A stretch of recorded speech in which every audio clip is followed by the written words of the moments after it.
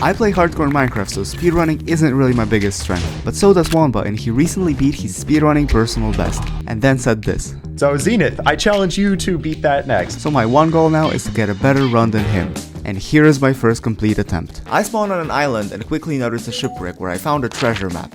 So I started swimming towards the X. With a dolphin's help, I made it to the chest, and using the F3 trick, I knew exactly where it was. And I got lots of iron and 1 TNT, which I used to get more wood. I did some crafting and got gravel. I was already on a much better pace than Wunba.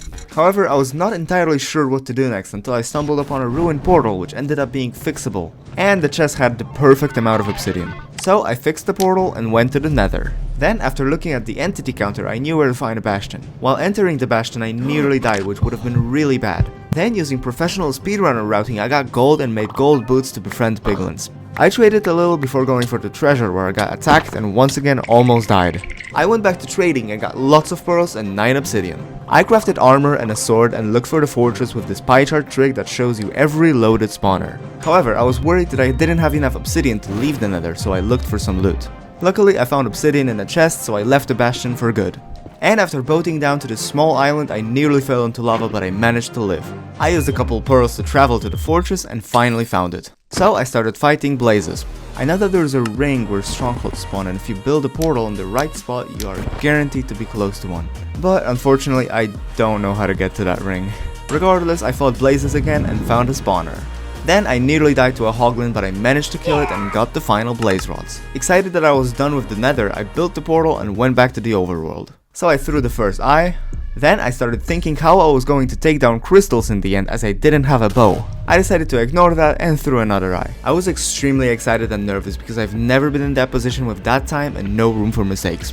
Then the eye went back and unfortunately broke, but I was fine anyways. Then the eye went down, so I started digging and found the stronghold, where I immediately found the portal room and started filling in the frames. Then I set a spawn point and was ready to fight the dragon. I filled the portal and went in, where I pearled to the island and towered up to break crystals. But then I missed my pearl and died. It all seemed fine though, since I set my bed in the portal room. I just had to get to my items within 5 minutes, but I quickly realized my mistake. Oh no. I tried to figure out a plan in panic. First I got dirt, then using a creeper I got a few more blocks. I found a chest with 3 diamonds and got 2 planks. I crafted a pickaxe and mined a couple blocks. I continued bridging, but the path was still too short. So I jumped into the void. I once again realized my mistake, so I needed a new plan quickly. I looked for blocks and extended the bridge by breaking blocks, but fell into the void while doing so. I tried to make the jump, but failed. I was so desperate I even thought of taking my bed, but eventually decided not to. I managed to get a few blocks from a creeper explosion, but I thought it didn't even matter, as I was almost sure my items had already despawned. However, I made the jump to the island, but I couldn't get up to the surface. I needed to punch endstone to get to the center part. I knew my items could have survived if the end chunks were not loaded, but I didn't have much hope. I nearly cried when I saw my items on the ground. But I had to stay focused, as I still had to kill the ender dragon. I went back to breaking crystals even though it had killed me before. I realized that I had 23 minutes to beat the game faster than Wunba, which is plenty of time, so I gained confidence and destroyed all the crystals with pearls. So I started attacking the dragon. I realized I could beat the game in under 1 hour, which would be a huge achievement. I used the bed to blow up the dragon, but it didn't do much damage. I kept hitting the dragon, but it would always fly away.